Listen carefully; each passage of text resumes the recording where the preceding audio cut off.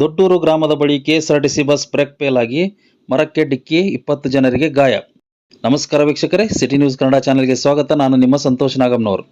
ವೀಕ್ಷಕರೇ, ಗದಗ ಜಿಲ್ಲೆಯ ಲಕ್ಷ್ಮೇಶ್ವರ ತಾಲೂಕಿನ ದೊಡ್ಡೂರು ಗ್ರಾಮದಲ್ಲಿ ಹಳ್ಳದ ಬಳಿ ಸರ್ಕಾರಿ ಸಾರಿಗೆ ಸಂಸ್ಥೆಯ ಬಸ್ ಮರಕ್ಕೆ ಡಿಕ್ಕಿ ಹೊಡೆದು ಘಟನೆ ಜರುಗಿದೆ.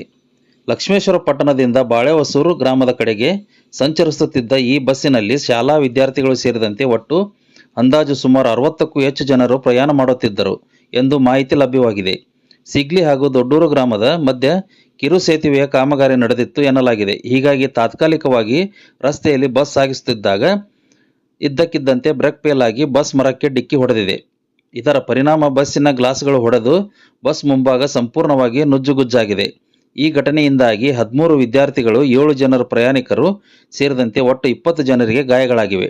ಗಾಯಾಳು 13 ವಿದ್ಯಾರ್ಥಿಗಳನ್ನು ಸೂಕ್ತ ಚಿಕಿತ್ಸೆಗಾಗಿ ಗದಗ ನಗರದ ಜಿಮ್ಸ್ ಆಸ್ಪತ್ರೆಗೆ ರವಾನಿಸಲಾಗಿದೆ.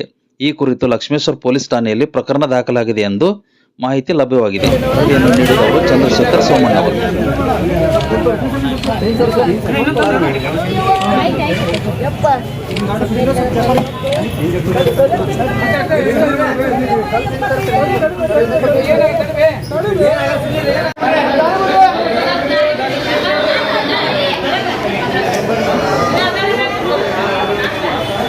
ಯಾರು